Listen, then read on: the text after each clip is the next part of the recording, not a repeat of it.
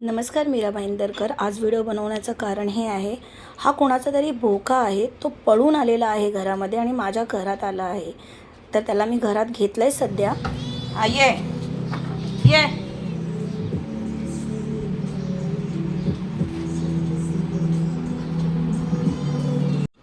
त्याचा ना पायाला ना मार लागलेला आहे। तुम्ही बघा, चालताना त्याचा पाय दुखतोय।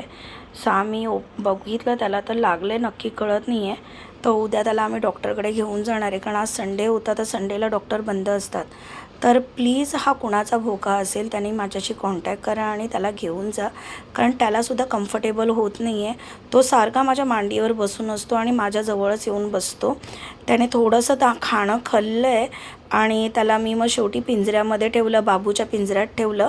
मग बाबूला मला बास्केटमध्ये ठेवावं लागलं, कारण एकच पिंजरा होता माझ्याकडे म्हणून। आणि त्याचं खाण्यामध्ये पण जास्त लक्ष नव्हतं, तो सारखा माझ्या मांडीवर येऊन बसायला बघत होता। प्रेम पाहिजे होतं त्याला। रात्री त्याने 4-5 वाजता मला उठवलं आणि शेवटी मग मी त्याला मांडीवर घेऊन बसले होते रात्रभर। झोपता नाही आलं मला, पण म्हटलं कारण आता त्याला आपली गरज आहे म्हणून मी त्यालाही घेऊन बसले। तर प्लीज हा पळून आलेला भोका आहे कुणाच्या तरी घरातला, कारण त्याची नेल्स वगैरे कापलेले आहेत आणि एकही टिक्स वगैरे नाही आहे। सो प्लीज कुणीही ओळखलं तर प्लीज कॉन्टॅक्ट करा। आणि हा आपल्या गोडदेव गावामध्येच असणार आहे, कारण ते छोटं पिल्लू आहे, त्याच्यामुळे एवढ्या लांबून ते येणार नाही।